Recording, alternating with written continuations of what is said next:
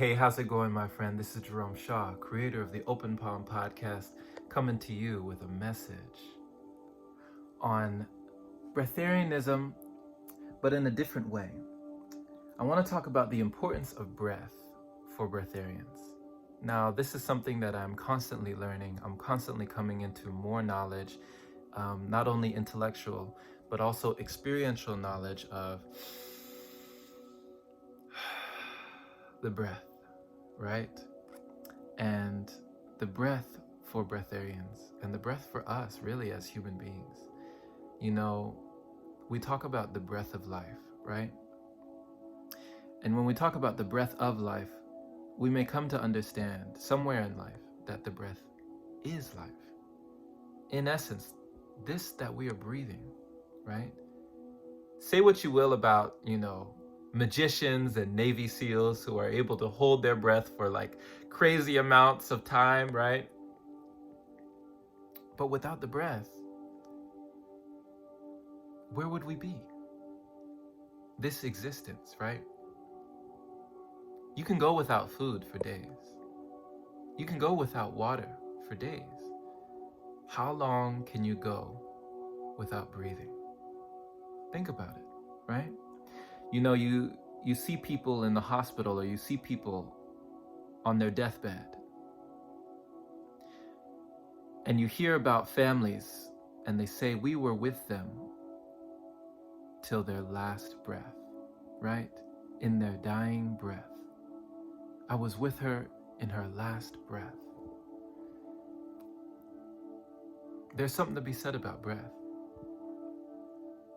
There's something so important about breath that we are forgetting. And a lot of the foods, a lot of the things that we are consuming and putting into our body, stuffing ourselves. And I say this knowing full well that I was in this boat, plenty of times in my life, just stuffing myself with food, trying to satiate this hunger, food that wasn't even nutritious, like food that was just solely for the purpose of satisfying my taste buds. At what cost? Forget about the price of the food. What was the price that I was paying? What was the price that I was paying in my body? Right? For this luxury, for having this food that I thought was delicious. What was I taking away? And what was I creating a need for, right? And what was growing inside of my body as a result of my negligence and as a result of me going against nature? Let's say it, let's just go ahead and say it. The breath is so important. You cannot breathe fully on a full stomach. The only time that we can breathe at our fullest capacity, we gotta say it, is on an empty stomach. You see a lot of yogis, they practice on an empty stomach. You see a lot of, maybe gurus or monks meditating on an empty stomach. I learned from Burmese monks and nuns that it's a lot easier to meditate on an empty stomach. If you have a full belly and you try to meditate, often you can fall asleep, right? To sleep, you just start sleeping, right? The body not only robs us of our breath, it robs us, of our energy. When we go to sleep in that comatose state, our body's in recovery, right? It's trying to digest the food, and it's having to shut us down so that we can breathe properly. There are often people, people like you and I, that are only able to breathe fully when we are comatose, when we are incapacitated, right? When we are asleep and we go down to those, theta and delta brainwaves, that we are actually able to breathe a natural full breath, because we're not doing that consciously. So the body says, okay, well, if you're not going to do this consciously, if you're not going to give me the breath of life I need consciously, I'm going to make sure that we get it unconsciously. So the body always knows what to do. It always knows what to do. We actually get in the way often. The body has its own intelligence. It knows how to breathe. But unless we are doing these things consciously, and we can train ourselves to do this, various techniques you can do, but the body will have to do it on its own. So make the body's job easier. Instead of stuffing yourself to the brim for the sake of satisfying your taste buds or, try to see how long you can go without. And really pay close attention. Meditate on this.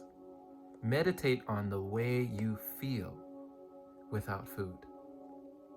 Now, on one hand, you may feel like you're losing something, right? You may feel a lack, which is false because there is no lack in the world. There is no lack in the universe, right?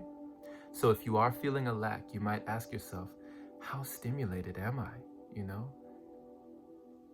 that I have all these cravings, like I need something, right? Often you realize how attached you are to a certain thing when you go without it. That's the real test. How long can you go without something to say, oh wow, maybe I am attached to this thing much more than I thought I was. And then the second thing that you might feel is an ease of your burden, a lightness, right?